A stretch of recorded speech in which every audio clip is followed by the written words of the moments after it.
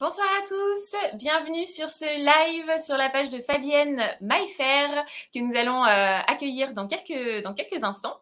Alors du coup, moi je me présente, je suis Camille et je vais être votre animatrice ce soir. Et donc ce soir, nous allons parler communication animale, nous allons parler formation aussi, et puis sur les projets aussi de Fabienne. Donc c'est un live qui est interactif, donc internautes qui allez nous rejoindre, eh bien n'hésitez pas à poser toutes les questions en fait en direct, en commentaire, puisqu'on va, on va y répondre en même temps. Fabienne y répondra en temps réel, donc n'hésitez pas à commenter ce soir ce live. Voilà, donc on va commencer tout de suite par accueillir Fabienne, qui a 20 ans d'expérience dans la communication animale intuitive, qui a donné un petit peu sa vie à ce domaine-là. Et ce soir, nous fait le plaisir de partager son savoir avec nous. Donc Fabienne, est-ce que tu es par ici? Oui, c'est ça. Merci. Bonsoir tout le monde. Merci d'être là Bonsoir ce soir Fabienne. pour Bonsoir ce Fabienne, quiz de merci. Paris. Merci. Merci à toi de partager ce petit moment-là, c'est super. Alors, écoute Fabienne, peut-être que pour lancer le sujet et puis surtout pour que tout le monde sache bien de quoi on parle et comprenne bien de quoi on parle, est-ce que tu peux nous expliquer un petit peu ce qu'est la communication animale intuitive? Ok. Alors, je ne sais pas si j'ai toute la soirée pour l'expliquer parce qu'en fait, c'est vaste. Les grandes lignes. Dans les grandes lignes. En fait, la communication animale intuitive, c'est une possibilité que nous avons, hein, tout être humain, de pouvoir communiquer avec les animaux, mais aussi tout ce qui vit. Mais on va s'intéresser aux animaux là cette fois-ci, avec eux de manière, on va dire, non verbale, mais pas non verbale au sens de la gestuelle, mais plutôt non verbale au niveau de la télépathie, c'est-à-dire cette capacité que nous avons tous de pouvoir entendre, comprendre des choses sans qu'elles nous soient dites verbalement ou qu'on les ait vues visuellement. Donc, c'est en ça la communication animale se distingue du comportementalisme, par exemple, hein, qui est une lecture en fait de l'animal dans son comportement. Donc on le voit, et l'éducation ou d'autres techniques. La communication animale, elle permet vraiment d'entendre, c'est ce qu'on appelle la télépathie aussi, d'entendre ce que l'animal souhaite nous dire, un peu comme le docteur Dolittle. D'accord.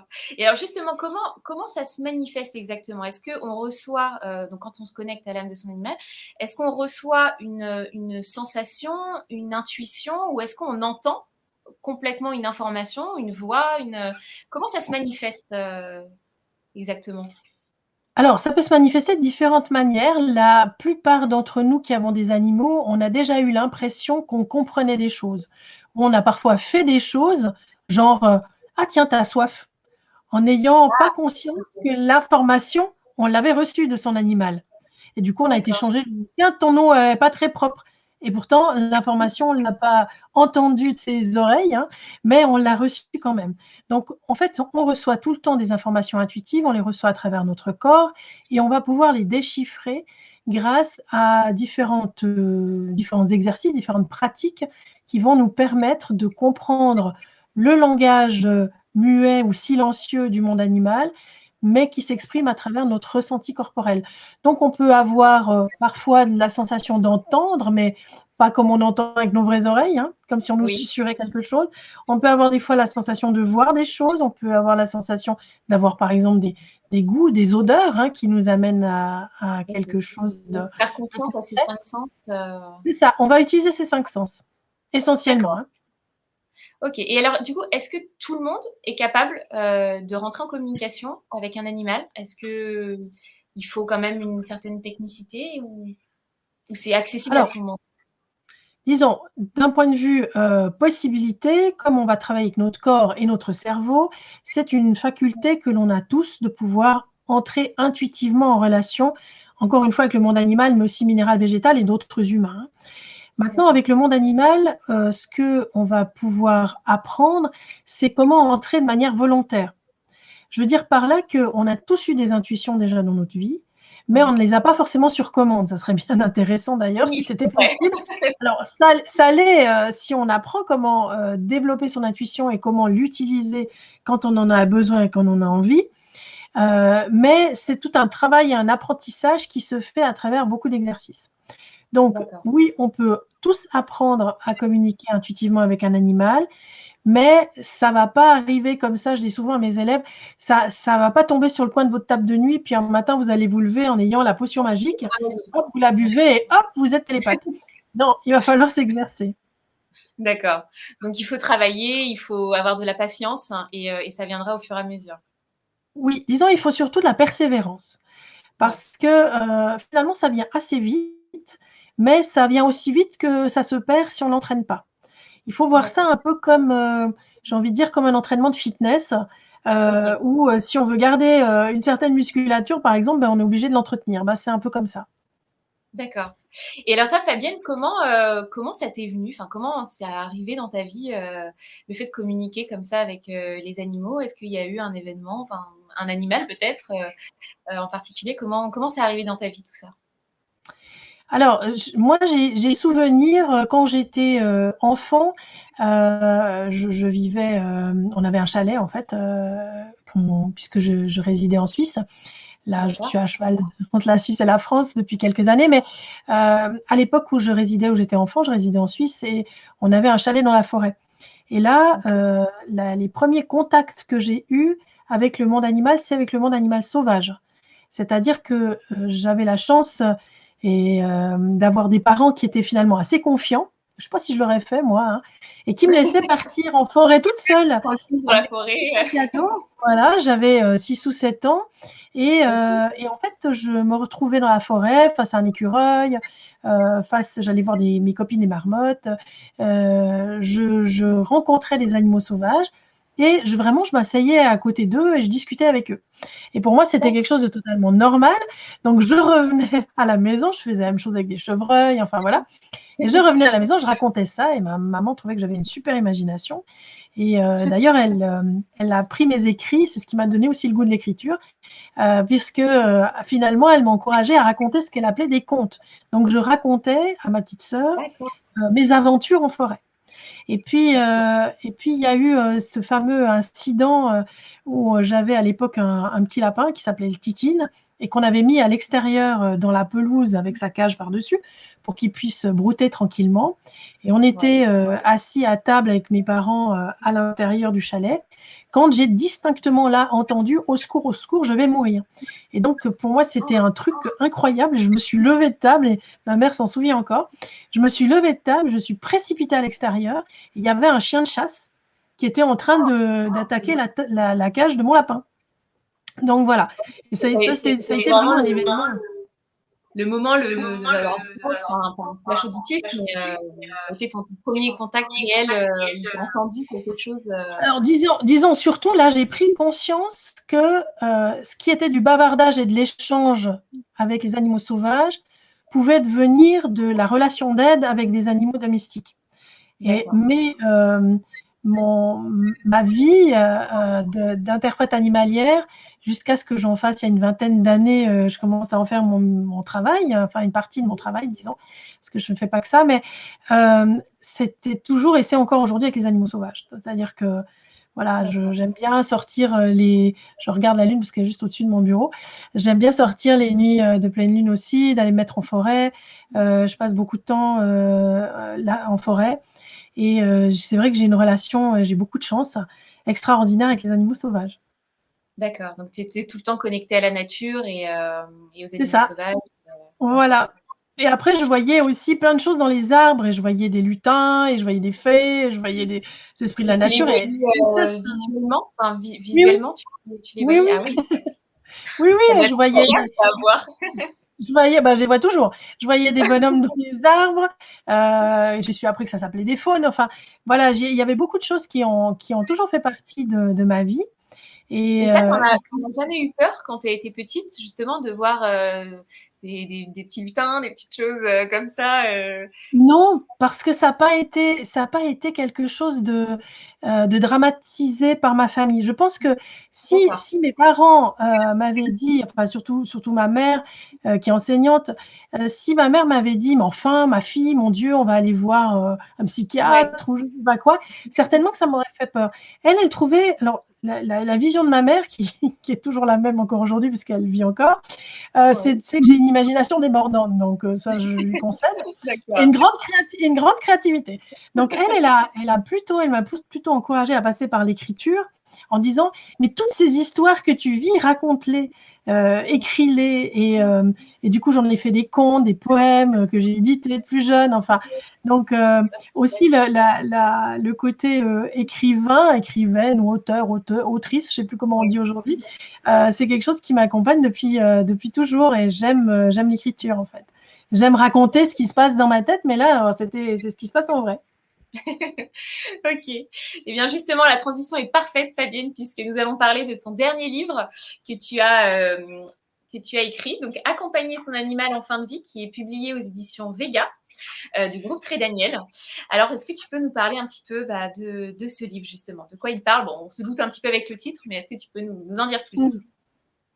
Alors, ce livre, je l'ai écrit, j'ai mis longtemps, hein, il y a presque 4 ans d'écriture, parce que c'est vraiment un livre qui me tient particulièrement à cœur pour qu'il soit un livre utile, un livre qui accompagne les personnes qui se trouvent face à un animal, leur animal, hein, qui arrive au bout de sa vie, par exemple pour des raisons de maladie ou du vieillesse, et qui puisse savoir quoi faire pour les accompagner, enfin pour l'accompagner, pardon, son animal.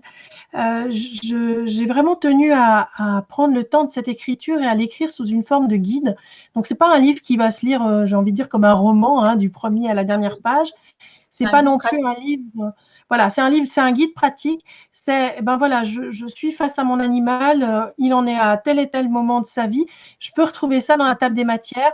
Je dois tout d'un coup décider de l'euthanasier. Hein. Admettons que vous allez chez le vétérinaire, vous découvrez, enfin le vétérinaire découvre que votre chat a une grave insuffisance rénale et qu'il est en souffrance et que, par exemple, il va falloir décider de l'euthanasie.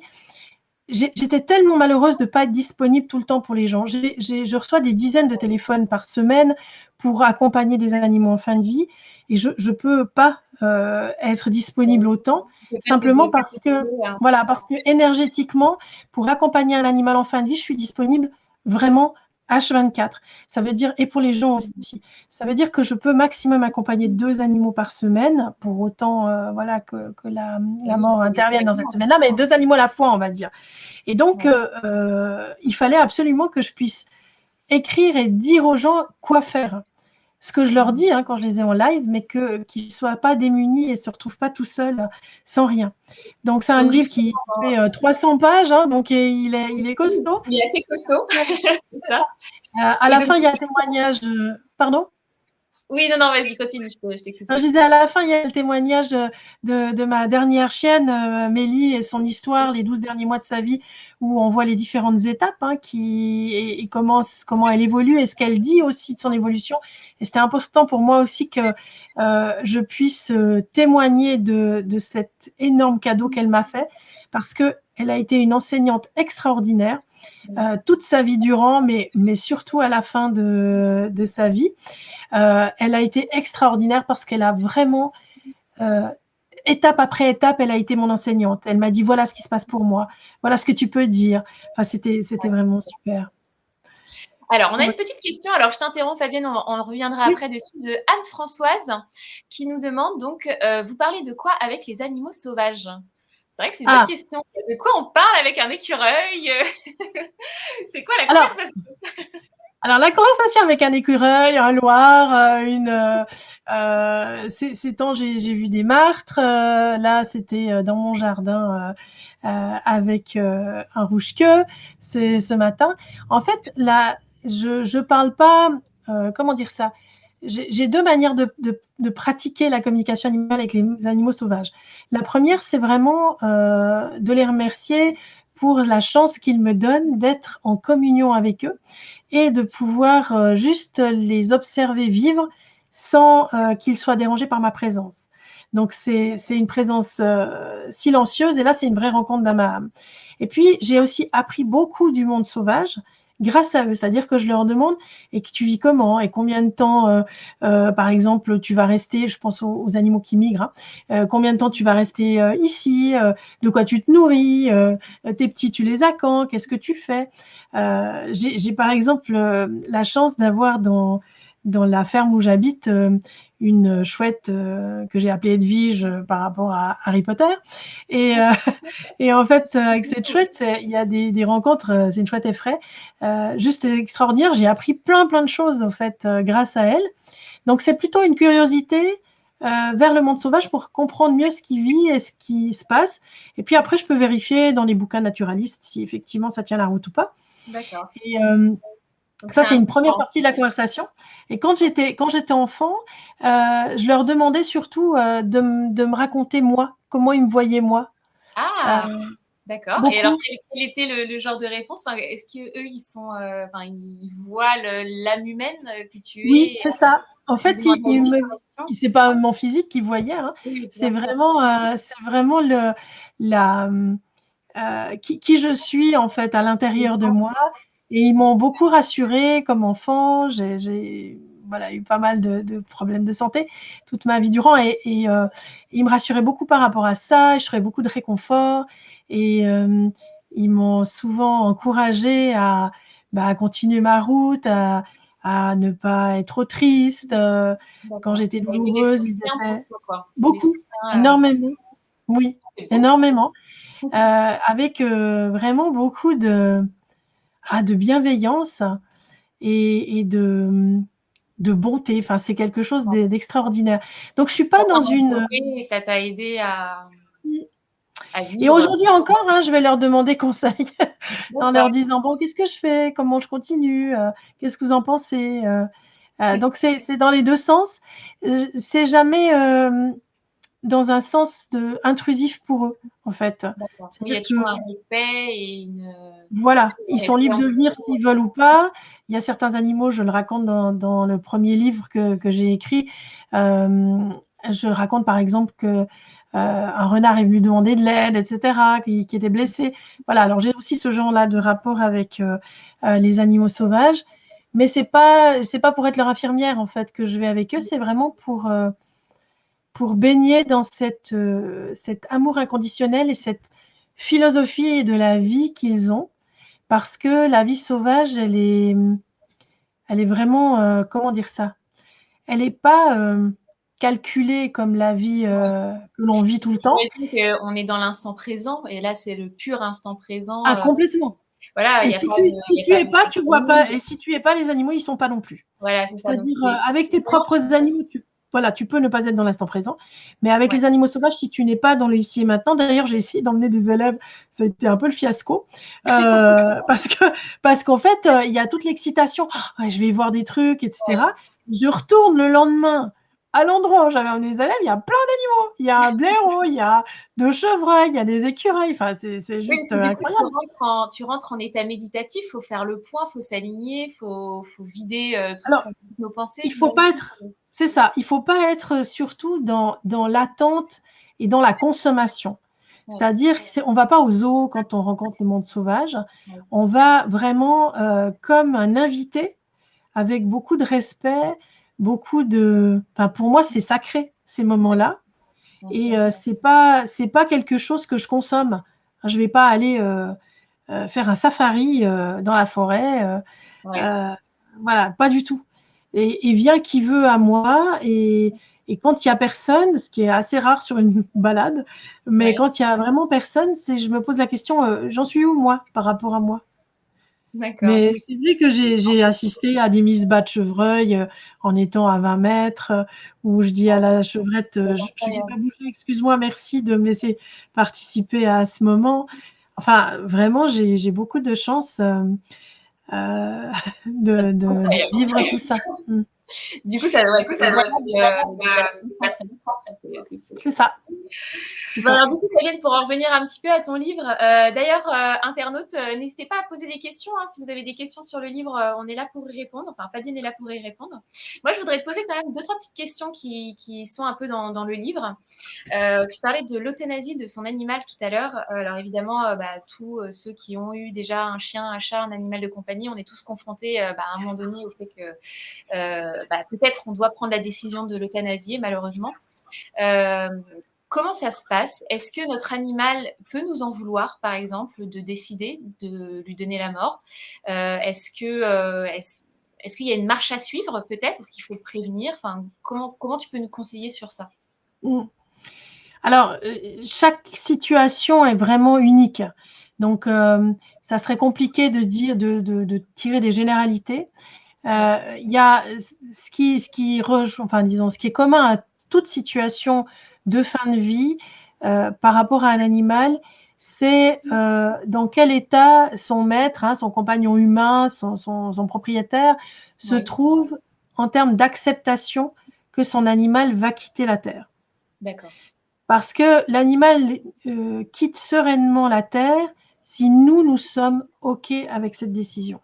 d'accord, ok, Parce qu'il a un lien de loyauté, de fidélité vis-à-vis de nous, et il ne peut pas nous lâcher, entre guillemets, si pour nous, c'est pas OK. Donc, ça veut dire aussi qu'il sera capable d'endurer des souffrances, voire même des agonies parfois, parce que nous ne sommes pas prêts.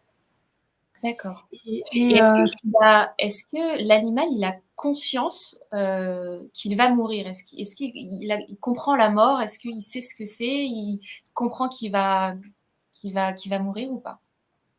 alors, ce que l'animal a comme conscience, c'est que son corps, en fait, le lâche et qu'à un moment donné, il ne peut plus avoir l'autonomie qu'il avait auparavant. Et quand on lui explique en plus ce que va faire le vétérinaire et le compagnon humain de l'animal, c'est de lui expliquer qu'on est au bout des ressources. Parce que lui, ce qu'il veut, bien sûr, c'est rester plus longtemps encore avec nous. En principe, les animaux, ils aiment la vie. Et en tout cas, ceux que je rencontre, c'est des animaux dont on s'occupe vraiment bien. Et c'est des animaux qui ont envie encore d'être à nos côtés. Bien sûr. Donc, ce qui va se passer lorsque l'animal est en souffrance, c'est l'espoir comme nous qu'on va trouver un moyen de soigner, parce que souvent on va l'amener chez le vétérinaire plusieurs fois. Donc, ce qui est important, c'est de lui dire à un moment donné qu'on est au bout de nos possibilités. D'accord. C'est important qu'ils comprennent que, ben voilà, là, vraiment, tu vois, on a vraiment tout fait, mais on arrive au bout. On Ok. peut plus. Je vais peut-être juste prendre l'exemple de Mélie pour illustrer. Lorsque Mélie était vraiment les toutes dernières 48 heures avant la fin de sa vie, elle n'arrivait plus à uriner. Et la vétérinaire est venue et on a décidé qu'on devait arrêter là maintenant la vie. Et c'était OK pour moi. On en avait déjà parlé longtemps avec Mélie. Et Mélie me dit encore juste avant qu'on fasse, donc il y a deux doses, hein, une première dose qui endort l'animal et la deuxième dose de médicament qui est létale, hein, qui entraîne un arrêt cardio-respiratoire.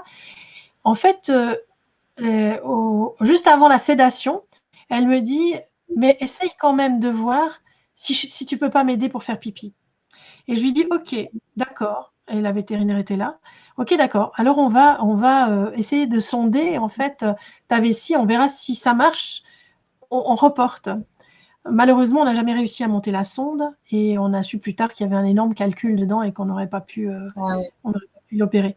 Donc voilà, il y a la négociation, elle a été jusqu'à la fin. C'est pour ça que je disais aussi quand j'accompagne des animaux en fin de vie, je ne peux pas en accompagner 56 en même temps parce que ça me demande beaucoup de temps et d'énergie et juste à la fin, je suis là hein, avec l'animal. Donc, l'important à retenir par rapport à l'euthanasie, c'est qu'il n'y a pas de généralité, chaque situation est unique. Il faut d'abord que le vétérinaire, lui, dise qu'on est dans cette décision-là, hein, ce choix-là. De toute façon, le C'est pas à lui, vétérinaire ne fait pas ça par plaisir et jamais. il Oh ben non, proposera quand il n'y a plus d'autres solutions possibles, quoi. c'est ça. Il Alors, existe Fabienne, on a une question voilà. de Pascal qui nous dit bonsoir, entre chiens, chats et animaux sauvages, les rapports aux humains sont-ils différents? Alors, disons, les animaux sauvages n'ont en principe pas de rapport aux humains. Ils ne sont pas venus sur cette terre pour avoir des Oui, rapports avec nous. Et d'accord. ils sont venus pour d'autres raisons, si on va dire leur mission de vie est autre.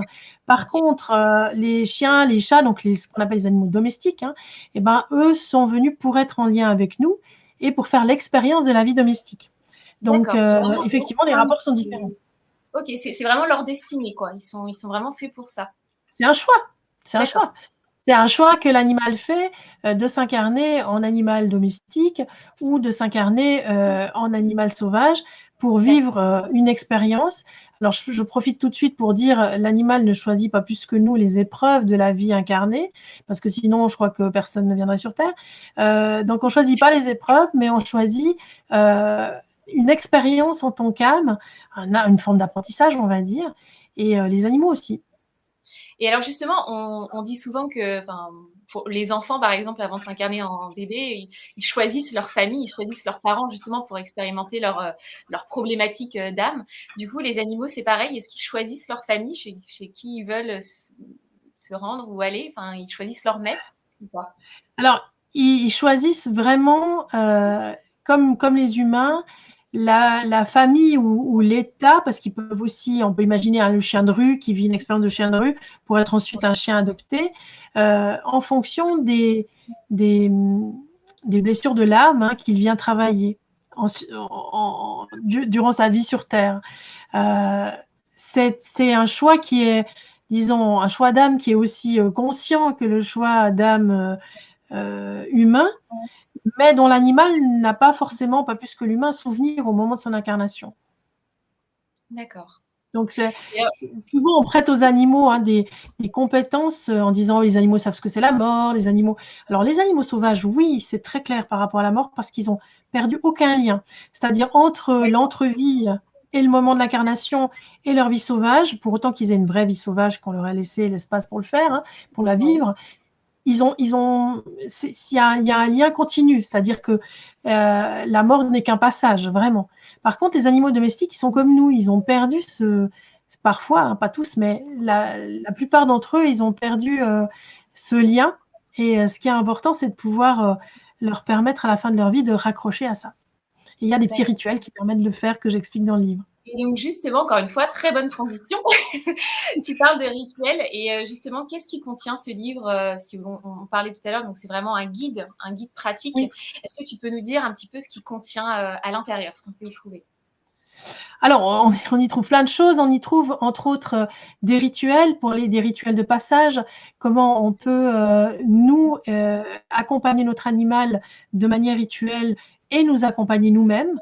C'est-à-dire que la mort de l'animal, déjà la mort chez l'humain aujourd'hui, c'est devenu un truc un peu aseptisé. Mais il y a encore quelques traditions qui existent, notamment celle de la veillée funèbre, des gens qui se rencontrent, peut-être de dire un culte ou une messe, ou voilà, de célébrer, disons, le défunt. Chez les animaux, ben, souvent, ça se passe chez le vétérinaire. Maintenant, c'est bien de plus en plus, ça peut se passer à la maison, il y a des vétérinaires qui se déplacent et vraiment, je les remercie de faire ça. Mais après, ben voilà, on s'en va. Hein, la plupart du temps, le vétérinaire euthanasie notre animal, on peut ou pas rester un petit moment dans la salle avec lui, puis après, c'est fini. Ouais. Puis voilà. Et alors Et puis, il n'y justement, a plus rien.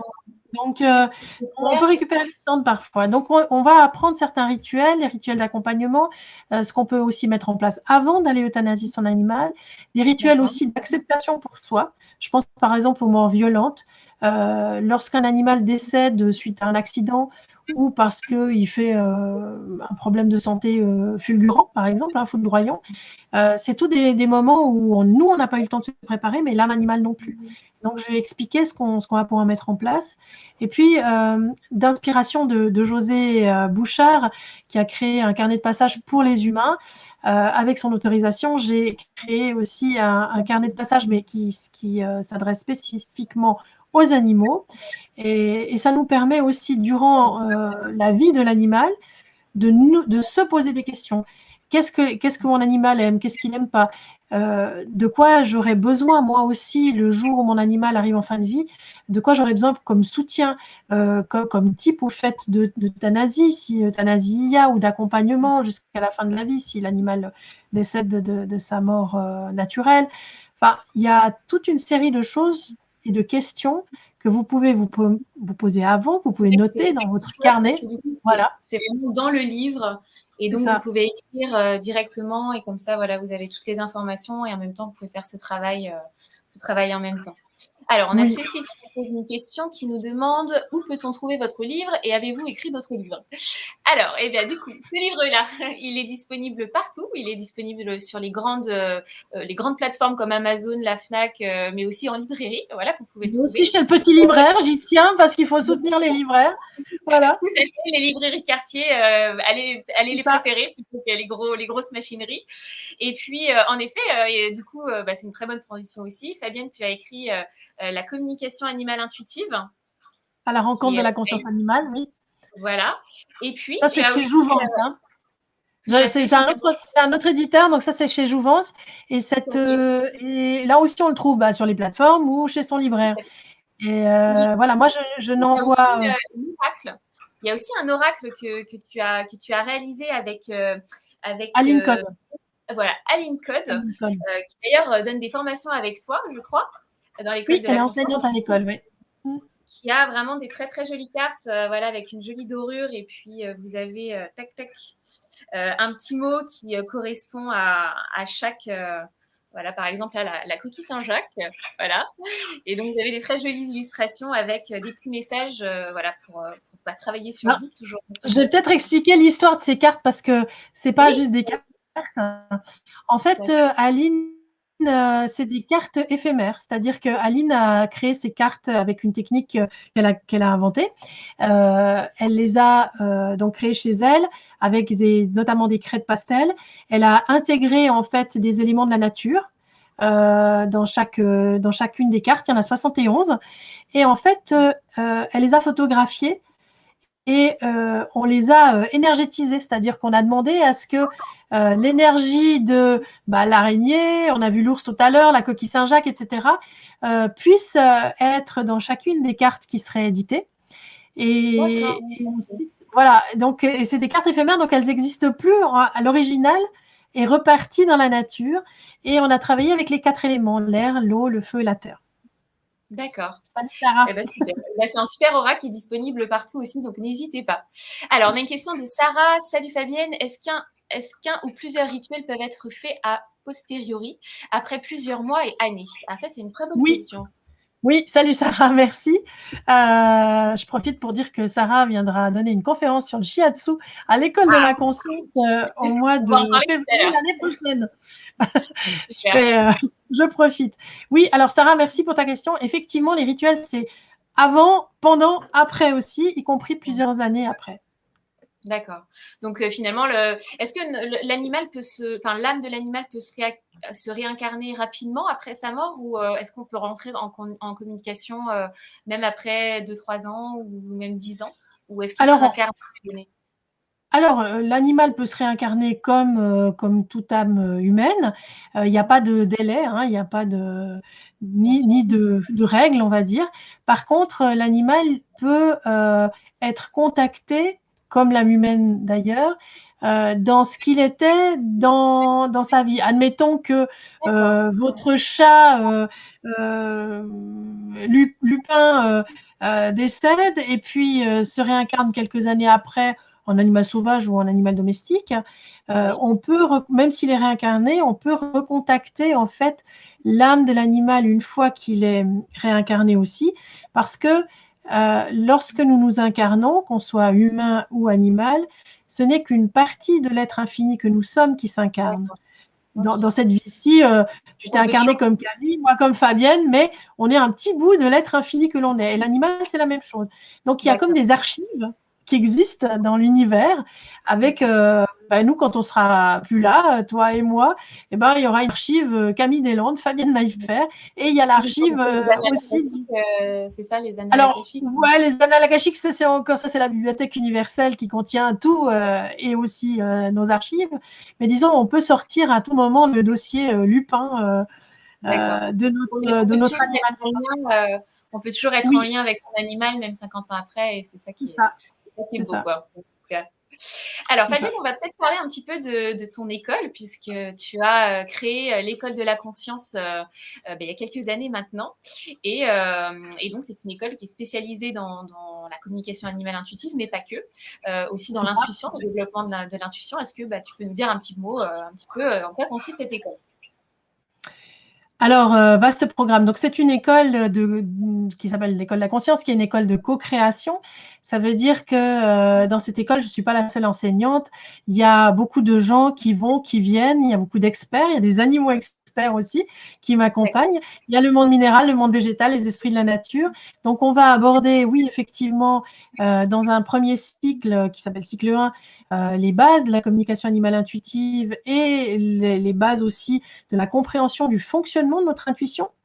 Et puis ensuite, il y aura la possibilité soit de développer plutôt les aspects relationnels avec son propre animal, la compréhension aussi de la mission de notre animal sur Terre, mais de la nôtre, de ce qu'on appelle les familles d'âmes, animales et humaines.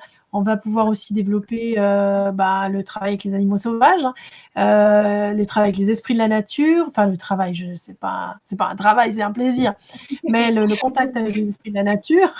Et puis, il y a des gens qui vont pouvoir, par exemple, se perfectionner plutôt du côté de l'intuition parce qu'ils en ont besoin dans leur travail ou autre. Et il y a toute une partie professionnalisante de la communication animale où l'on peut, soit si on est un professionnel de la communication animale, un professionnel du monde animal, utiliser et mettre la communication animale comme une corde de plus à son arc. Et donc, c'est un cycle 2 qui s'adresse aux gens qui sont soit dans le domaine de la santé animale, soit dans le domaine du bien-être animal, soit dans le domaine du comportement animal. Ou bien on peut faire un cycle 3 pour devenir interprète animalier ou animalière, c'est-à-dire offrir des consultations en relation d'aide en direct, en live, donc en présentiel avec des gens ou comme on fait maintenant en visio ou au Voilà. téléphone. Et là, c'est une vraie consultation en fait à ce moment-là. Ouais. Ok. Eh ben écoute, super. Alors je sais que dans l'école, il y a aussi il y a des formations qui sont, tu viens de nous dire, qui sont possibles. Tu fais aussi intervenir des intervenants, donc qui sont spécialisés Oui, dans certains domaines. Il y les a aussi des experts. conférences de prévues. Est-ce que tu peux peut-être nous parler de la conférence qui va arriver sur le mois d'octobre? Oui, alors donc il y a toute une série de conférences. C'est la deuxième saison. C'est des conférences en ligne qui se donnent un mercredi, pardon, par mois de 20h à 22h, donc en ligne comme on le fait maintenant, via un lien Zoom. Et le 27 octobre, je reçois Catherine Collignon. Alors Catherine Collignon est déjà intervenue au mois de mai, sauf erreur, pour une conférence qui s'appelait Éducation relationnelle, mieux comprendre son chien. Et comme il y a eu énormément de gens présents à cette conférence qui avaient beaucoup de questions à poser, j'ai réinvité Catherine qui a eu la gentillesse d'accepter et qui revient le 27 octobre dans une discussion. Alors là, ça sera vraiment comme ce soir, ça sera des questions et des réponses avec voilà, les gens vont pouvoir poser des questions, parler des difficultés qu'ils rencontrent avec leurs animaux. Donc, Catherine Collignon est comportementaliste canin depuis plus de 30 ans. Elle réside dans la région toulousaine. Elle a créé notamment le site Animalin avec son associé. Elle intervient beaucoup dans la rééducation des chiens dans les SPA. C'est Madame Cliquer aussi, qui, pour ceux qui ont des chiens ou d'autres animaux, peut-être connaissent cette technique. Et voilà, elle sera là le 27 octobre à nouveau. Si vous êtes intéressé, il faut vous inscrire sur le site de l'école. Et je vous conseille vraiment d'écouter la conférence qui a eu lieu, puisqu'elles existent en replay. Vous pouvez les trouver sur le site de l'école. Parce que ça fait tout son sens, parce c'est vraiment une suite de cette conférence-là, où elle expliquait comment on peut entrer en éducation différente et relationnelle avec son animal. Il y avait une question intéressante, je ne sais pas si tu l'as vu passer. Je vais la retrouver. Oui. Juste pour terminer sur ça, n'hésitez pas à aller dans le calendrier sur le site écoledelaConscience.com où vous avez en fait toutes les formations, toutes les conférences, vous pouvez vous Tous inscrire les cours. toutes les informations. Et puis surtout, sur le site internet, vous pouvez aussi vous inscrire à la newsletter de Fabienne. Et une fois par mois, vous recevez un petit peu les infos, l'actu, voilà, des sujets aussi. Donc, plein de choses intéressantes. Donc, n'hésitez pas à aller vous abonner également. Voilà, alors j'ai retrouvé la question. C'était Margaret qui dit, donc bonsoir, est-ce que l'animal est guidé, par exemple, par un autre animal de la famille lors de sa mort? Ça, c'est hyper intéressant comme question. Oui, tout à fait. Il y a deux chiens, un des chiens qui est encore bien portant peut aider l'autre animal qui est en train de mourir? Complètement. Alors, c'est pas systématique, mais il y a effectivement à la fois des animaux décédés qui viennent chercher l'animal en fin de vie et qui va décéder, comme on retrouve pour l'âme humaine, et il y a des animaux présents qui accompagnent aussi l'âme animale, l'âme de leur copain, et qui s'assurent en fait du passage. Donc, on va dire, il y a des deux côtés de la porte, il y a quelqu'un. Oui, effectivement. Et quand on a l'occasion de pouvoir euthanasier son animal chez soi, c'est génial parce que ça offre aux animaux la possibilité de le faire. Et alors, petite question, si on a par exemple donc deux chiens ou deux chats, enfin bon, deux animaux, et que l'un d'entre eux décède chez le vétérinaire, et que du coup l'autre animal n'a pas pu sentir ou n'a pas pu voir ou n'a pas pu comprendre que l'animal était mort, qu'est-ce qu'il faut faire dans ces cas? Il faut le prévenir, il faut lui parler, il faut lui expliquer les choses? Tout à fait. C'est important d'expliquer à l'animal qui reste à la maison que son compagnon est décédé et qu'il ne va plus revenir, mais qui ne va plus revenir en chair et en os. Parce que le problème, c'est que quand on dit il ne va plus revenir, ben, vous avez le chat et le chien qui est là et qui regarde en l'air et qui dit non, mais il est là, mais il n'est pas comme d'habitude. Parce qu'en fait, l'animal revient à la maison une fois qu'il est décédé, l'âme animale, et certains d'entre nous peuvent le percevoir, mais surtout beaucoup d'animaux, spécifiquement les chats, mais les chiens aussi, ou les chevaux dans l'écurie, peuvent en fait percevoir leur copain qui est un peu sous forme de fantôme, on va dire, parce qu'ils perçoivent en fait l'énergie de leur copain, mais le copain n'est pas là physiquement. Donc, il faut leur expliquer ça. C'est ce que je fais d'ailleurs quand j'accompagne des animaux en fin de vie. J'accompagne tout le monde, les humains, mais tous les animaux qui sont là, avant, pendant, après, pour expliquer à chacun, répondre aux questions. Et c'est important aussi que le jour où on va, quand l'euthanasie est fixée, qu'on va chez le vétérinaire, par exemple, puisque c'est ce qui a été décidé du lieu de la mort de notre animal, en fait, c'est vraiment important de pouvoir dire aux animaux qui sont là, de leur laisser le temps de dire au revoir, en fait, et de leur expliquer. Ça ne sert à rien de partir en disant on ne va rien leur dire. Les animaux savent que vous êtes triste. Lorsque la décision d'euthanasie est prise, c'est généralement, ça se fait 1 ou 2 jours, peut-être avant le moment chez le vétérinaire. Et donc, les animaux, ils ont conscience qu'il est en train de se passer quelque chose. Donc, ça ne sert à rien de vouloir leur cacher les choses, pas plus qu'aux enfants d'ailleurs, qui comprennent très bien. Oui, voilà, c'est comme les humains, c'est comme les enfants. Soyez pour la communication, ça ne sert à rien de cacher ou de mentir. Quoi. Les gens ressentent. Et ça permet aussi aux animaux qui sont présents de dire au revoir, surtout. Parce que si nous, on a besoin de dire au revoir à nos animaux, les animaux qui vivent avec nous ont besoin de dire au revoir à leurs copains. Bien sûr. Et oui, c'est sûr. Alors, on a une autre question de Sandra qui nous dit « Hello Fabienne, peut-on savoir si notre chien défunt est réincarné et vit à nouveau chez nous ?» Alors, c'est vrai que le désir de toute personne qui me demande une communication avec son animal décédé, c'est de savoir s'il est revenu ou s'il va revenir. Alors, d'abord, la décision de réincarnation, elle ne se fait pas tout de suite. Il faut laisser à l'âme. Et on trouve ça, je crois que c'est la page 283. Tu vérifieras sur mon livre. J'explique qu'en fait, je fais un tableau sur le cheminement de l'âme animale qui est un peu différent du cheminement de l'âme humaine. Et les animaux donc peuvent avoir le choix de se réincarner ou pas dans notre famille à nouveau, pour autant qu'ils aient des choses à terminer qu'ils n'auraient pas pu terminer, ou des choses à inaugurer qu'ils n'ont pas pu. Voilà, c'est ça. C'est le résumé du parcours de l'âme. On a le résumé et c'est vrai que c'est super. Voilà. Et en fait, les animaux, comme je disais, peuvent se réincarner dans nos vies s'ils le souhaitent, mais pas, comment dire ça, ça sera jamais le même animal que l'on a connu. C'est la même âme, mais c'est pas le même comportement. Ben non. Je vous donne un exemple parce que j'ai l'autorisation de Nicolas, son propriétaire, de nommer, parce qu'il me l'a donné, il est dans le livre d'ailleurs. Mais par exemple, c'est l'histoire de Enzo, ce lapin qui décède et qui, quelque temps après, dit qu'il va revenir dans cette famille, donc dans la famille Nicolas, mais qui ne reviendra pas sous forme de lapin. Parce que là, c'est bon, il a vécu son truc de lapin, maintenant il veut un truc beaucoup plus indépendant.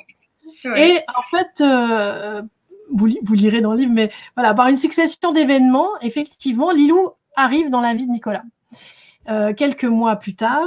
Et c'est juste incroyable parce que les animaux de la famille, donc dans la famille, il y avait encore un chien et d'autres animaux, Ouais. reconnaissent en fait l'âme d'Enzo. Ah, c'est dingue. Ça veut dire qu'ils lui font la fête à ce chat, alors qu'il n'y avait pas de chat, Enzo c'était un lapin. Ils lui font la Ouais, fête comme s'ils le connaissent depuis toujours et il n'y a aucun problème d'intégration. C'est juste incroyable. incroyable. Tout à fait. Donc les animaux se reconnaissent d'âme à âme. Mais Lilou, c'est pas du tout Enzo. Lilou, Oui. c'est une adorable peste qui ne rêve que de liberté, qui veut s'échapper de partout tout le temps, qui voilà, mène la vie dure parfois, mais avec beaucoup d'amour à Nicolas. Vraiment, les caractères n'ont rien à voir. Ouais. Donc, il faut savoir que quand on se réincarne, on ne vient pas pour être tout le temps la même personne, qu'on soit animal ou humain.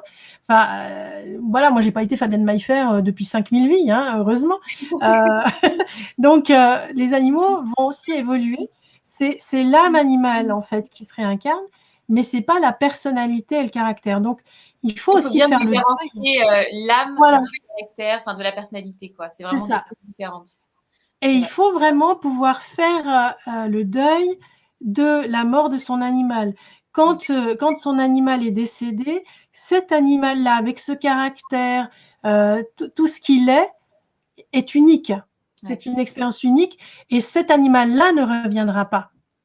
Par contre, l'âme de l'animal peut se réincarner et on peut retrouver des choses dans l'âme de notre animal qui correspondent à des sensations qu'on avait eues avec précédemment un animal voilà, qui nous avait accompagnés durant la vie, durant notre vie, mais ça sera un animal différent, avec un caractère différent, qui vient faire une autre expérience, comme nous. Ok. Et enfin, on a encore une question de Elena. Alors, elle dit bonsoir, est-ce que tout le monde peut faire de la communication animale? Bon, du coup, on y avait répondu un petit peu en début de live, donc si tu Oui. veux re-répondre. Alors, tout le monde, peut-être, ça me permettra de repréciser quelque chose. Moi, je n'encourage pas les enfants à faire de la communication animale parce D'accord. que, d'abord, et j'ai souvent des demandes des parents. Alors moi, je suis psychologue hein, dans la vie, spécialisée en psychotraumatologie. Donc voilà, les gens qui ont subi des traumatismes divers dans leur vie. Et pour moi, communiquer avec les animaux tel que je l'apprends et je l'enseigne à l'école de la conscience, c'est pas juste faire le docteur Dolittle, c'est être confronté, pardon, à des animaux qui sont en difficulté, des personnes aussi, des propriétaires, des maîtres qui sont en difficulté avec un animal, des animaux qui sont en souffrance. C'est être confronté à des choses qui sont beaucoup trop lourdes pour un enfant. Oui. Le problème de l'enfant, c'est que tant qu'il n'a pas intégré vraiment à l'intérieur de lui déjà l'acceptation de son incarnation. Ça, c'est déjà le plus gros boulot qu'on a à faire sur cette terre, c'est d'accepter d'être venu pour expérimenter des choses que quand on arrive dans la matière, on se dit non, non, moi finalement, j'avais pas du tout acheté ce J'ai pas commandé programme. ça. C'est ça, Ouais. j'aimerais bien changer de menu. Donc déjà, il y a tout le travail de l'acceptation de l'incarnation et ça nécessite vraiment de grandir, de traverser différentes étapes et de pouvoir déjà vivre une vie en relation avec la nature et tout ce qui vit de manière plutôt facile, joyeuse et légère. Ouais. Quand on fait de la communication animale, quand on ouvre ces portes-là, vous n'ouvrez pas des portes de manière sélective. Donc, vous ne pouvez pas vous dire, ah ben oui, ben moi j'apprends à mon enfant, mais il ira parler que avec son chat. Parce qu'en fait, l'enfant, il va avoir envie, et c'est normal, et il va peut-être même ouvrir plus facilement ses oreilles intuitives à tous les animaux qui sont autour de lui, y compris ceux qu'il voit à la télé, ceux qu'il Ouais. croise tous les jours. On ouvre une porte et on ne sait pas trop ce qu'il y a derrière aussi, quoi. Donc, faire attention. Exactement. C'est Ok. ça. Et je pense qu'il y a vraiment une nécessité de comprendre que si cette vie que l'on a aujourd'hui sur ce 21e siècle dans lequel on est entré et qui est beaucoup plus spirituel, beaucoup plus ouvert sur toutes ces choses, où on peut parler librement comme ce soir à la télévision sans que j'ai des gens qui viennent m'enfermer dans le... Voilà, tout de suite ce soir. Voilà, on a cette chance-là parce qu'il y a effectivement une ouverture générale qui se fait, mais il ne faut pas, comment dire ça, c'est important de comprendre qu'il faut pas brûler les étapes. Et puis que notre enfant, il perd rien. Ce que mes parents ont fait, et vraiment j'en suis très reconnaissante, c'est qu'ils ne m'ont pas cassé ça, c'est-à-dire ils ne m'ont pas cassé mes rêves. Quand je parlais des fées, des morts aussi que je voyais, des défunts que je voyais, de tout plein de choses, ils n'ont jamais dit non, c'est des histoires. Non, arrête de raconter, tais-toi. Ça, c'est dans les films ou c'est Walt Disney ou je ne sais pas quoi. Non, ils ont toujours dit ok, raconte-nous, écris-le, etc. Donc ils ont laissé cette partie de moi vivre vraiment, ce qui fait que voilà, 55 ans plus tard, j'ai toujours mon âme d'enfant, mais ils ne m'ont pas poussé à faire plus. Oui. Donc vos enfants, il faut les encourager. C'est ça. Voilà.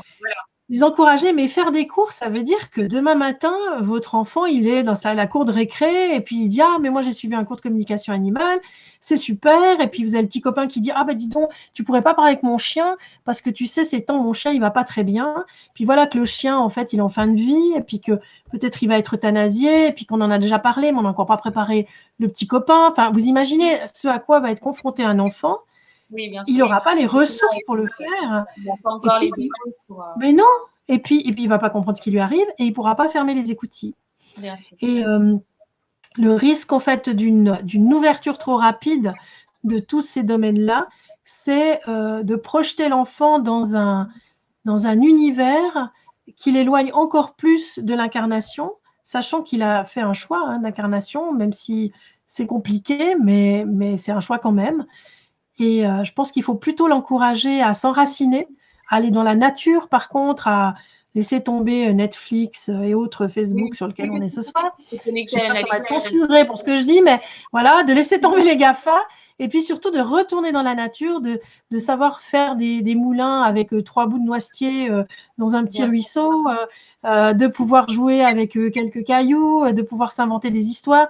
Il faut favoriser la créativité au fait de nos enfants parce que c'est cette créativité-là qui ouvre à la spiritualité et qui ouvre à une possibilité de réaliser qu'on n'est pas seul, qu'on n'est pas... voilà, qu'on est accompagné déjà du monde animal, mais aussi minéral, végétal et des esprits de la nature, et que la vie peut être parfois dure, certes, mais aussi très belle. Et elle est instantanément, moment instantané par moment instantané, en fait. Elle n'est jamais dans une approche, comment dire ça, longiligne, ou enfin, on ne peut pas être tout le temps heureux. Voilà, linéaire, merci. C'est ça le terme que je cherchais. Alors, voilà. On a une dernière question d'Angèle qui nous demande, alors mes deux chats, Ascan et Neko, vivaient ensemble depuis 12 ans. Il y a un an, Ascan est parti en 48 heures. J'ai expliqué à Neko, mais depuis, il est triste. Que faire? Ouais. Je suis vraiment navrée pour vous, Angèle, et aussi pour vos deux chats. Je pense qu'on sous-estime souvent, je ne dis pas c'est ce que vous faites, mais on sous-estime souvent la nécessité de faire le deuil, en fait, d'un animal. Et elle est comme nous. Et le deuil, on dit le deuil chez les humains devrait durer 1 an. On a le droit d'être triste pendant 1 an après la perte de quelqu'un sans que ça soit considéré comme pathologique. Chez les animaux aussi. Après, c'est comme pour nous. Il y a des histoires entre les animaux qui sont des histoires d'âmes, d'âmes jumelles, de fraternité. Et peut-être que de cet ordre-là est le deuil actuel d'Ascan et sa grande tristesse face à la perte de son ami. Maintenant, comme ça, sans connaître la situation, sans être rentrée en lien avec lui, je ne peux pas savoir. Je travaille souvent avec l'aide de l'homéopathie, de la phytothérapie, dans des situations comme ça, que ce soit pour les humains ou pour le monde animal, lorsqu'il est en deuil. L'important, c'est d'oser redire, en fait, mais je pense qu'Angèle l'a fait, à Ascan ce qui est arrivé et pourquoi Asco est décédée, si elle en sait les raisons. Et puis, à un moment donné, de lui offrir la parole, un temps de parole, avec un interprète animalier qui communique avec les animaux défunts. Tout le monde ne le fait pas.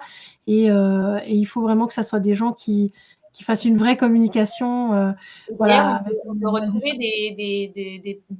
de tes anciens élèves qui ont fait l'école de la conscience, ou au moins vous soyez sûr de la formation qu'ils ont reçue.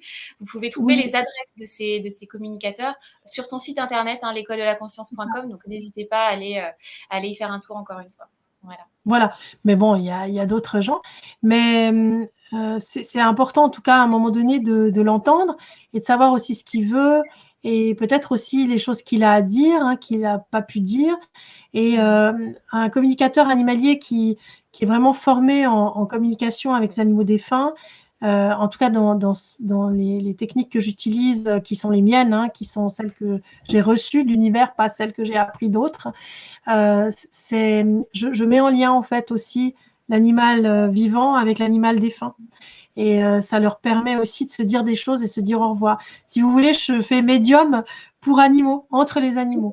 Et ça, c'est un moment important. Mais oui, parce que quand on va voir un médium spirit, parce qu'on a quelqu'un qui est décédé, le médium spirit peut aussi d'ailleurs avoir une communication avec un animal défunt.